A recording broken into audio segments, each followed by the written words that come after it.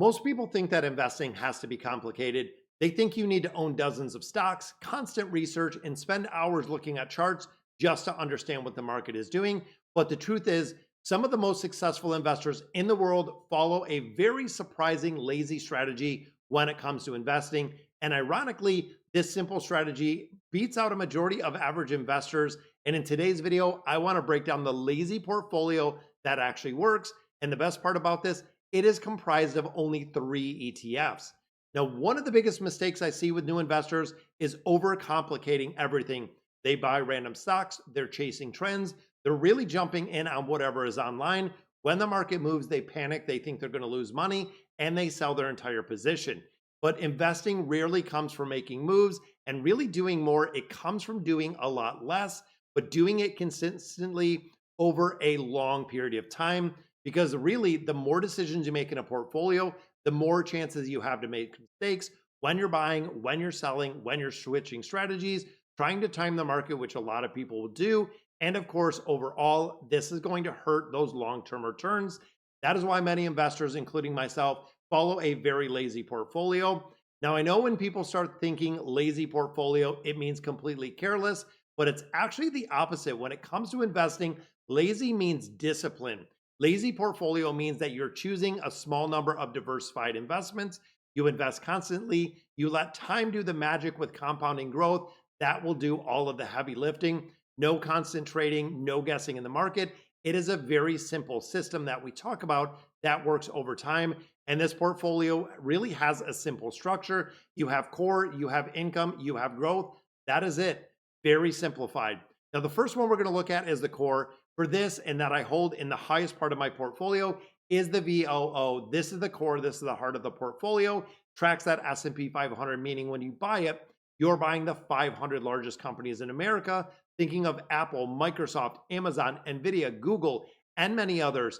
A lot of people, instead of trying to buy that winning stock, you simply own the largest and the most successful companies in the market, and you're owning 500 of them across different sectors, meaning you have very well diversified. And I know when you start thinking about the S&P 500, the top 10 companies market cap weighted is about 40% of the S&P 500, but you also do own a smaller percentage of the rest of the companies within there. Now, historically, the S&P 500 has returned about 10% year over year, which is kind of crazy when you start putting in comparison to where we have CDs, where we have bonds, where we have things of that nature. But of course, this doesn't happen every year. Some years are up, some years are down. It is the regular flow of the market. But when you start measuring it by 5 years, by decades, the market has historically grown. And that is exactly what we see with one ETF. It has good diversification in there. That is why the VOO, for a majority of people, to make it a lazy portfolio, can just invest in one single ETF. Now, the second ETF we get into is the SCHD. This one I hold as 15% of my portfolio.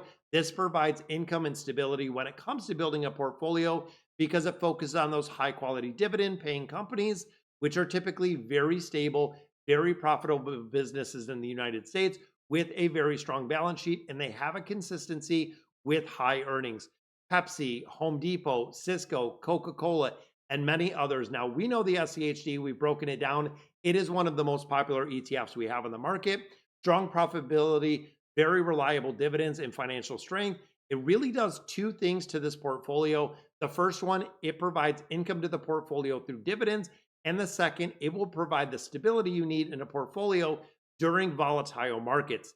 Dividend companies and really mature businesses tend to grow constant cash flow. And we see this with the SCHD and the increase kind of year over year that we're seeing with the dividend growth. The SCHD acts as the study part of the portfolio while the market goes up and down when we see our growth. Then, of course, we get into the real focused growth. For this one, the third is the QQQM. Now, for me, again, this is another one I hold in my portfolio. This is the growth engine. This one is tied to the NASDAQ 100, which focuses on the companies that are the most innovative, fastest growing companies in the US. Looking at, again, Apple, Microsoft, Amazon, Nvidia, Meta, Tesla. These are companies that are dominating the industry when it comes to AI, cloud computing, software, digital advertisement, e-commerce. They are the fast growing companies. And when we start looking at the last couple of years, technology has been one of the biggest drivers of the entire market over the last 20 years. Now, when it comes to QQQM, gives you a very strong exposure, and some of it does overlap with the VOO, but there are some companies in there that are not within that S&P 500. So when you start combining these three ETFs, you get something really powerful. The VOO is the core, the SCHD is the income and the stability, while we have the QQQ as that growth potential. So thinking of an allocation, how you could structure a lazy portfolio, 50% in that VOO, 30% in the SCHD, and then of course, your remaining 20% going into that QQQM. With this, you have the foundation of the market, you have the dividend and the stability with the technology and growth all summed up into three simple ETFs. Together, these ETFs make a very simple, very diverse, and very powerful portfolio when you start looking at the return over the last 20, 30, even 40 years. Now, this strategy and the lazy portfolio does work really with three main reasons. Number one, diversification. Between the ETFs, you are owning hundreds of companies across multiple sectors, across multiple industries. Secondly, consistency. Instead of chasing those stocks that we see, you're investing into the same portfolio all the time, month after month, year after year, decade after decade. And this, of course, is going to create the biggest thing, long-term compounding.